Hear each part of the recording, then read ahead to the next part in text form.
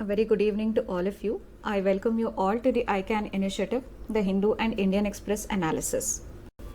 So at the outset, the UPSC Civil Services results has now been out. So congratulations to all those who have made it into the list, and for those who had given the interview and were awaiting for the results and who didn't clear, there is nothing to lose heart and there's nothing to lose sleep over it. So first of all, life is always much bigger and much larger than just an exam, and if you have attempts left to be given, then don't lose heart and sleep over it. So just analyze your mistakes and try to improve them. Give your sincere efforts, because year after year, if you go on keep on giving the exam without any improvement, then the result will also be the same. So try to analyze your mistakes in the coming few days and then try to revise and revisit your strategy. Accordingly, remold your strategy, and definitely you will achieve your goal the next year.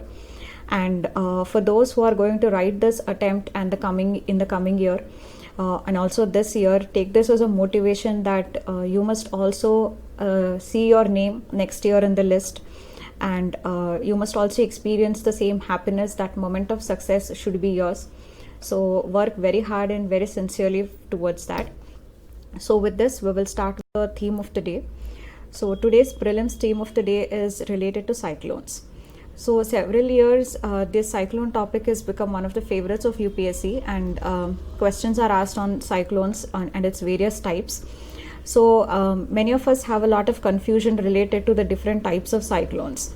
So you must clearly understand the difference between a tropical cyclone, a temperate cyclone, tornadoes, hurricanes, even bomb cyclones, and polar vortex. So then you will have to understand the reasons for the formation and also the area of the formation. And you must also be aware of the recent examples. It can come in the match the following, that cyclone Nisarga that happened in the Arabian Sea and Amphan that happened in Bay of Bengal. So like that, you must be aware of the recent examples of the cyclones and in which region they happen, along with the reasons for their formation. And I just went through the comments list to note that only one or two of you have written. So Rohit Kumar has written a wonderful answer. Please take this seriously, and at least, even if you're not pasting but here, but at least go through these topics, because they are very important topics. So when I was going through Rohit Kumar's comment in the comment section, I discovered that the Diflu River runs through the Kaziranga National Park. So this was a fact that even I was not aware of. So these are the minute facts which you need to be aware of, because whenever a question comes on any national park or a protected area, so these minor things like Brahmaputra River passes through the Kaziranga National Park, so this statement becomes false. And we tend to mark it correct just because in the around the same region Brahmaputra River might flow. So these are the small mistakes that we make, and that is why you need to be extra prepared for all of these. So take this extra effort to compile all these important topics. It will definitely give you fruits. So now we will start with the contents of the day. So first we'll be discussing an example, a case study regarding environment versus development. Then we'll be looking at how the economy can be revived in a post-COVID world and the recent economic trends because of the COVID. Third, we are going to look at the role of National Green Tribunal through an example. Then we'll also be discussing about the generalists versus the specialists controversy in the civil services. Then we'll have some important things to be discussed in agriculture, which can be used in any essay on agriculture. And then we'll look into the new education policy, about which we have already discussed. So the Parak initiative that has been proposed as part of the new education policy, and through that we'll be looking at an answer writing tip. So now we will start with the first topic of the day, which is environment versus development. So this can come under your GS paper 3 because it talks about environment, and it can also come under GS paper 2 because it talks about those the livelihoods of the vulnerable sections which may be threatened because of this environment versus livelihood debate. So many of these vulnerable sections are being displaced in the process to conserve the environment. So this can also come as part of your GS2 syllabus. So in this case, the recent news is that the Ministry of Environment and Forest has come out with a notification where it has notified certain area in the Bhadra Wildlife Sanctuary and in the Kudremukh Wildlife Sanctuary as ecological sensitive zones. So this has given rise to a number of issues which we are going to examine. The first thing is that already people in the villages, there are villages in this region where people are inhabiting these villages. So their livelihood is very much integrated with these ecological systems, and it is going to therefore threaten the livelihood of these people who are staying in the region. The second thing is when the government notified this as the ecological sensitive zone, the residents consultation was not done. So the public hearing or public consultation was not done before declaring this region as ecological sensitive zone. So this shows how many times without the consultation of the people who are inhabiting the region, how measures are being taken in a top-down manner, which is again a cause of concern. The third is when the people in this region they were spoken to, they are of the view that whatever degradation in the environment has happened in this region, they are because of the mining activities that are taking place in the region, and it is not because of these people inhabiting those regions. So these mining activities are the ones which need to be targeted, and not the displacement of people from these wildlife areas. So this brings us to the next issue of displacement of the people. So those people who are inhabiting these regions in the wildlife sanctuary, which is now being notified as ecologically sensitive zone, these people were first moved decades ago when the Tunga and Bhadra dams were built. These people were displaced and they were relocated to this present location. Now again they are trying, it is according to this notification, now again these villagers will have to move out. So they took nearly more than a decade to rebuild their lives, and now the people are saying that they are again being made to dislocate from this place, they are again being displaced, so which is giving them nightmares. So they were already displaced first because of Tunga and Bhadra dams, and now they resettled in this location, and now they are going to be displaced from this location also. So this shows how these vulnerable people are being displaced time and again because of various measures taken by the government, and how their issues are not being considered. So whenever you are writing anything that is related to environment and development, always make sure that you make a mention of the Kasturi Rangan committee and also the Madhav Gadgil committee. So Kasturi Rangan committee had proposed that there has to be some areas which should be marked as ecologically sensitive zones in the Western Ghats, which needs more protection. And as far as Madhav Gadgil committee is concerned, it said that the entire Western Ghats region should be marked as ecologically sensitive zone. So these are the committees name which you will have to take compulsorily when you're writing any question on environment and conservation in the biodiverse and ecologically sensitive regions. So now we'll move on to the next topic. This is about reviving the economy in a post-COVID world. So as it talks about the economy, this will be a part of your GS3 syllabus on economy. And one of these 3 articles was also written by our former Prime Minister, Dr. Manmohan Singh. So therefore, you can expect some good inputs that are being given in these articles. So now we'll analyze these articles. So first, the article talks about the impact that the pandemic has had on the economy. So first it says that because of the pandemic, several people have slipped into poverty. So therefore, the number of poor people have increased because of the pandemic and the lockdown because of this pandemic. Next is that several enterprises have also shut down. So therefore, the economic activity has come down in the country as a whole. Because of all this, there is also severe unemployment in the country because of the enterprises shutting down, and this unemployment has again given rise to more poverty. So all of this is because there is an economic contraction because of the COVID pandemic and the consequent lockdown and restrictions on the economic activities. So, in order to overcome this economic contraction, what we need to do is to inject confidence in the economy. So, we have to inject confidence among the people that they need to be confident about their lives and livelihoods. We need to inject confidence among the bankers that they need to be confident while they lend. We need to inject confidence in the multilateral organizations so that these organizations can provide capital to us. And we also need to inject confidence in the credit rating agencies by fulfilling various financial obligations. So, therefore, in order to revive this contracting economy, the most important thing that we need to do is to inject confidence in these various sectors of the economy. So, now analyze how do we go about injecting this confidence. So, if we take the question of people, so in this, Manrega plays a very important role. If we analyze the data for June, 62 million people have demanded job under MGNREGA during June. This is nearly 3 times the usual number.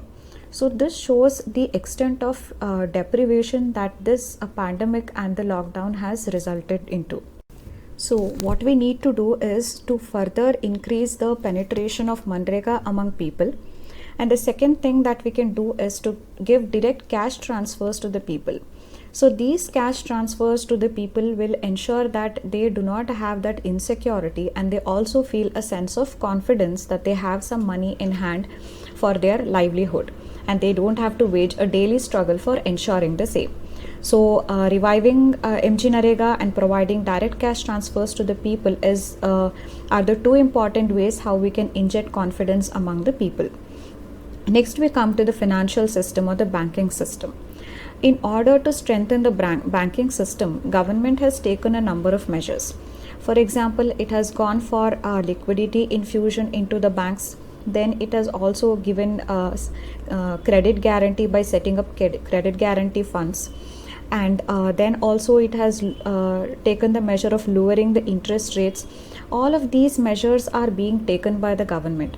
But however, the crux of the problem is being missed. The reason why the financial system is not doing well is because the banks are very fearful of lending. So these measures have also failed because the root cause of the problem is the banks' fear to lend. That needs to be addressed. So how do we address that is by providing more autonomy to the public sector banks, to the RBI, to the bankruptcy boards, so that they can function freely and also they can function professionally without any intervention or interference.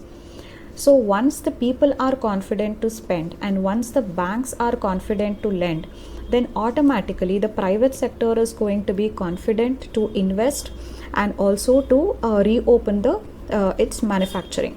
And once the private sector is confident to invest in the country, then the international institutions are also confident that the private sector is confident and the environment in the country is investor friendly. Then these international institutions will also have confidence and they will start giving funding to India.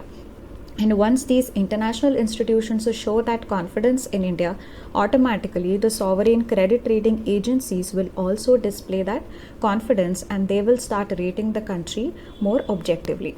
So this was the article that was written by Dr. Manmohan Singh on how do we revive the economy. For that we need to inject confidence, and who are all those parties in the economy in whom confidence need to be injected. That is the bankers, the people, multilateral institutions and the credit rating agencies. So how instilling confidence in the people and the financial system will have a multiplier effect by injecting confidence in the private sector, multilateral institutions and the credit rating agencies. So through injecting confidence, we can revive the economy is the crux of this editorial. There was another editorial on the economic trends in the current amidst the pandemic.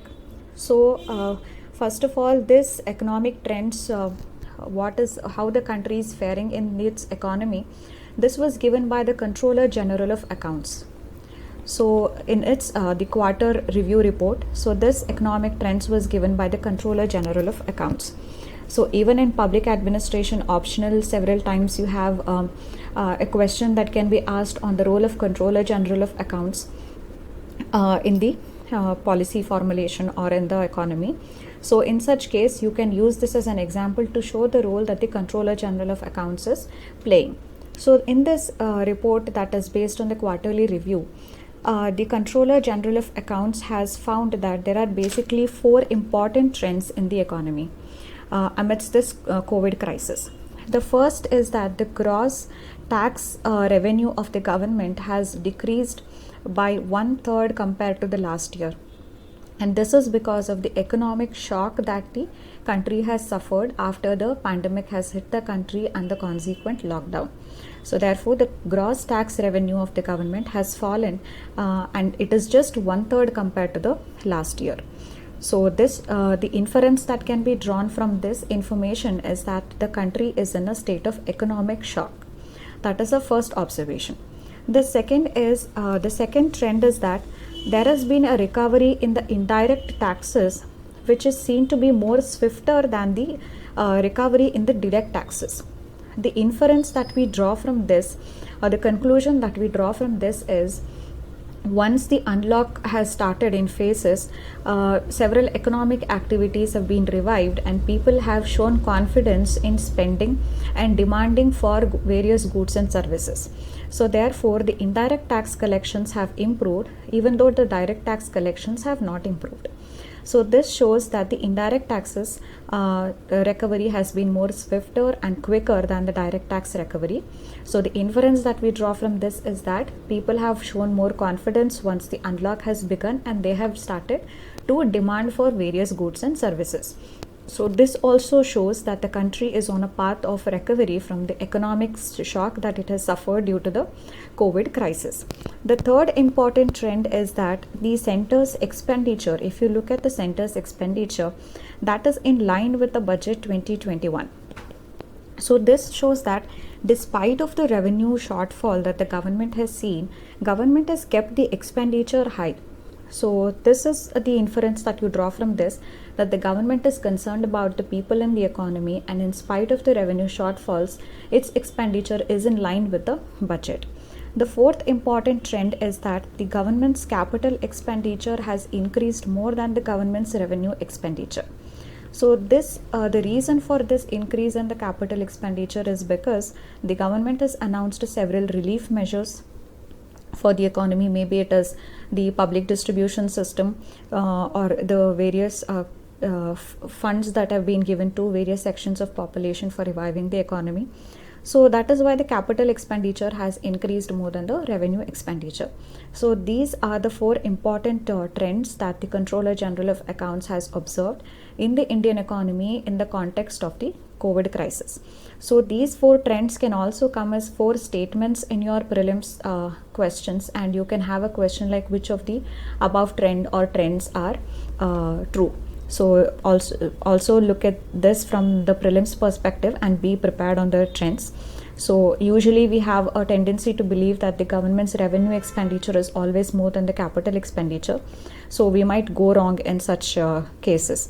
And also we may have this expectation that the expenditure of the government would have reduced because of the shortfall in revenue. But this has been in line with the budget. So don't make any mistakes if a prelims question comes on these economic trends. We'll go to the next topic, which is the role of the National Green Tribunal. So this can come as part of GS paper 2, which has the topic of various regulatory, constitutional, statutory bodies. So NGT is a statutory body. So this an analysis of the role of NGT can come under GS2, and it can also come under GS3 because it is a matter that is related to environment, and environment conservation and protection is a part of your GS3 syllabus. So here the news is that in Lakshadweep Island, on the Agathia Island, the coconut trees are being cut on the Agathia Island on Lakshadweep, and the reason for this is that the plan is to build a road along the coast to the sea. So they want to build a road along the coast so as to have a more clear view of the beach. So because to build this road, several thousands of coconut trees are being cut on the Agathi Island. So the southern bench of the NGT has taken cognizance of this, and it has now put an interim stay on the felling of these coconut trees on Agathi Island. So they basically on Lakshadweep there is what is called as an integrated island management plan. So this integrated island management plan was formulated by a Supreme Court appointed expert committee that was headed by R.V. Ravindran. So this Ravindran committee had come out with what is called as an integrated island management plan, according to which these trees on the island needs to be protected, otherwise there could be erosion on the islands. So however, now these in order to build the roads, several coconut trees are being cut, and now NJT has improved an interim stay on the felling of these coconut trees. So this you can use to explain the role of NGT. And secondly, you can also say how the environment is always sacrificed because of various development initiatives that are being taken. So in this case, it is the trees versus the building of roads, in which the infrastructure building is being given more important. Even when an integrated island management plan is already put in place, how it is being violated and how more importance is given to infrastructure development over environment conservation, particularly when island like Lakshadweep is already ecologically fragile. So with this, we will move to the topic, which is the generalist versus specialist controversy. So this article was written by Vikram Mehta, who is a former IAS officer. So this can be a part of your GS2 syllabus, which talks about the civil service, the role of civil service in the society, in the national development. So this is a part of your GS2 syllabus. So first thing that you have to understand here in answer writing is the importance that the keywords play in answer writing. I have told you repeatedly to use these important keywords in your answers and also underline them. So some two of the very important keywords that Vikram Mehta uses in this article. One, he says that in order to formulate realistic and practical policies, we need to have a collaboration between the generalists and the specialists. So he says that there has to be an institutionalized collaboration between the generalist and the specialist. So this is one keyword that you have to use and underline in the answers. So you may have a question like, there is this generalist versus specialist controversy. So how do you think we need to reform our civil services? Do we need to include more specialists, or should it be kept as it is? That is, the status quo should remain where the generalists have a dominant position. So the first keyword is institutionalized collaboration between the generalists and the specialists, which need to be there to form more practical policies, particularly because the technicality of the various issues that the country is facing has increased. So therefore, we need more domain experts, more domain specialists. For that, we need to have institutionalized collaboration between generalists and specialists. The second important keyword that is used in this article is the bureaucratic inertia. So whenever there is any reform that is being recommended, that we need to involve more specialists in the civil services. For instance, the proposal to involve lateral entrance into the higher civil service, and even the second ARC had recommended that we need to have more domain experts in various areas or in various ministries, and they need to be involved in policy formulation. This was the recommendation of the second ARC, that the role of the specialists in policy formulation should increase. So in these reforms have not been successful. They have not got a head start because of the bureaucratic inertia. The civil service now, which is dominated by the generalists, is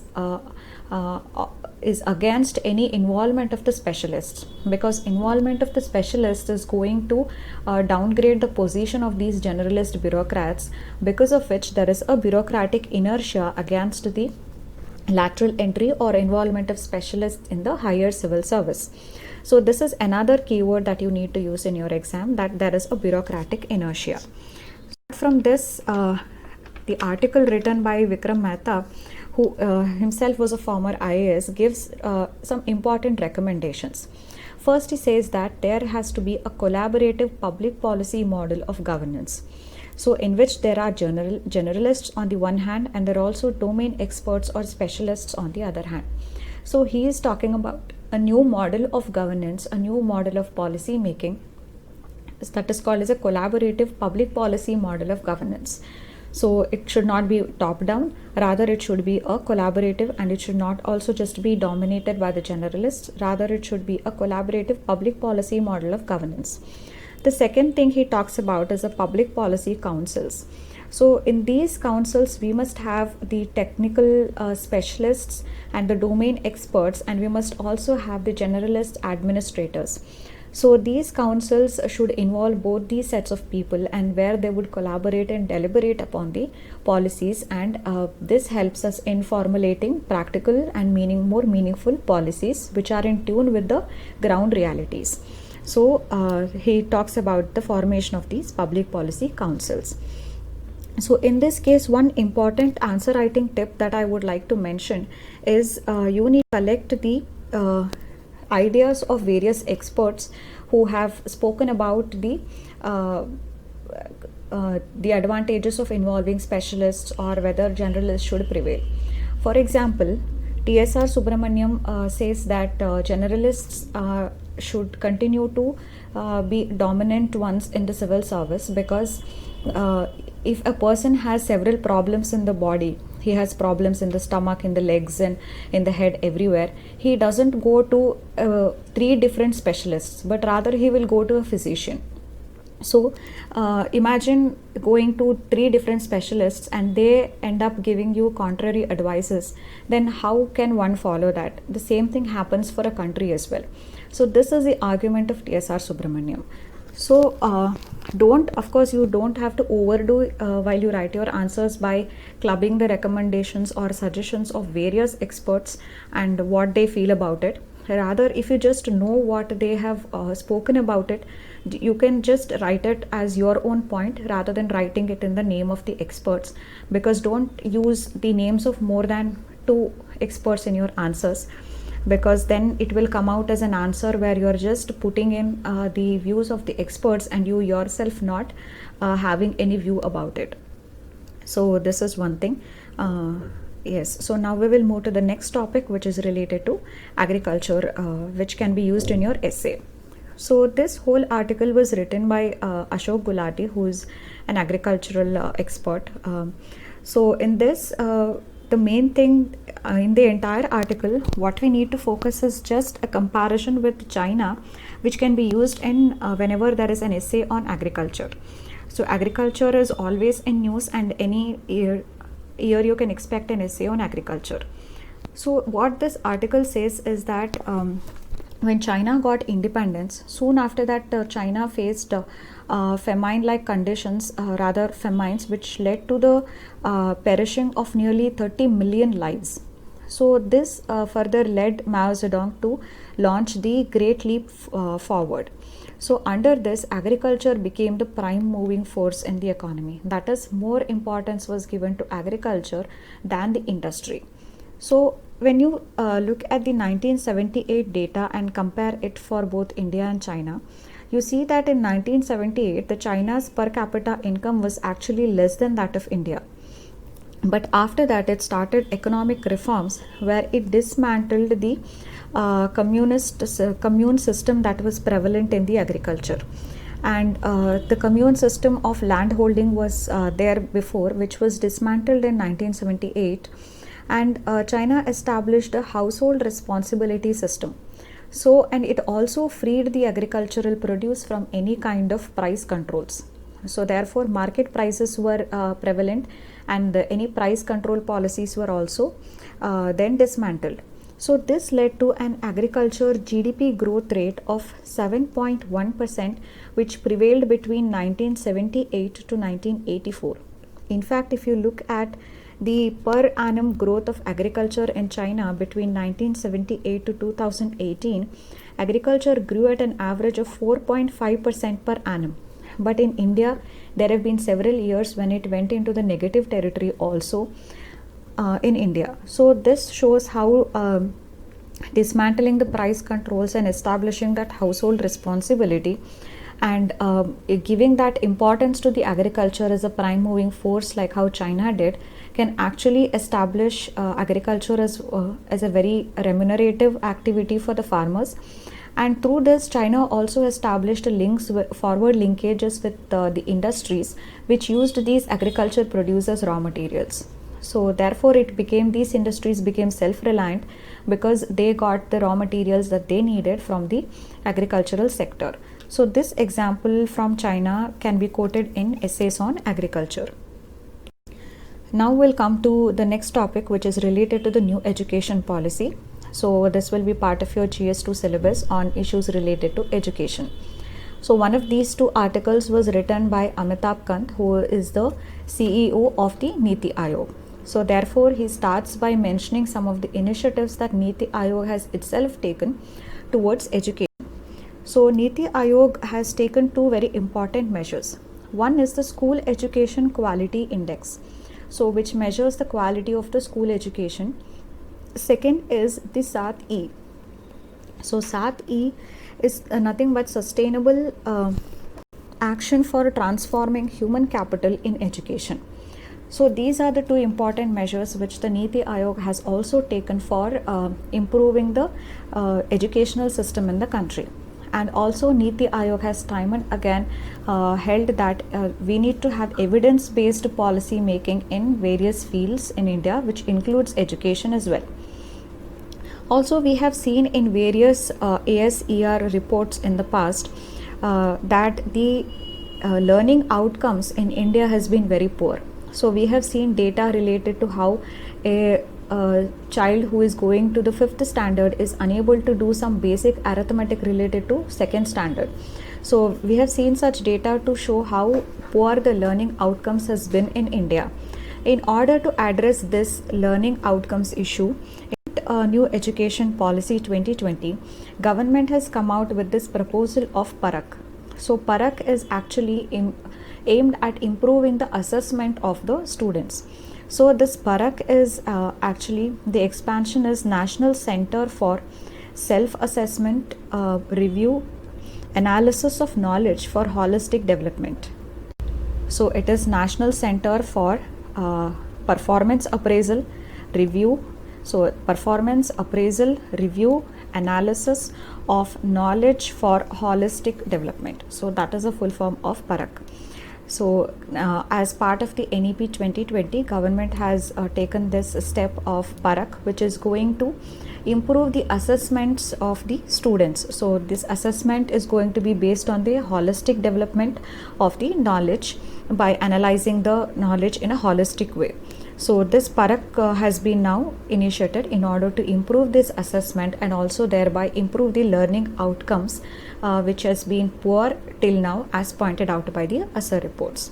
And also the NEP 2020 focuses on teacher education, and the quality of the teachers is directly proportional to the learning outcomes. Therefore, the NEP 2020, by focusing on teacher education, is also trying to improve the learning outcomes. And another important thing that I would like to mention is a simple answer writing tip, that many times when we are writing answers, conclusion gets neglected. So conclusion is one of the most important areas of part in an answer, because in the conclusion you are supposed to be giving a futuristic view that how this can fare out in the future, or what should we do in the future to deal with this problem. Because as a civil servant, you are expected to come out with solutions for the various problems that the country is facing. So in this case, in this particular article that is written by Amitabh Kant, I found 2 lines which I feel can be a good conclusion. So like this, you have to learn to read. Whenever you read any article, you have to learn to pick up these things. So even in the whole article, you find just 2 lines which you think are important. It needs to be noted down and it needs to be revised. So in this, what Amitabh Kant says is that this policy can help us restore the country's heritage from the glory days of Takshashila and Nalanda, and it is going to help us create a system that is modern and yet rooted.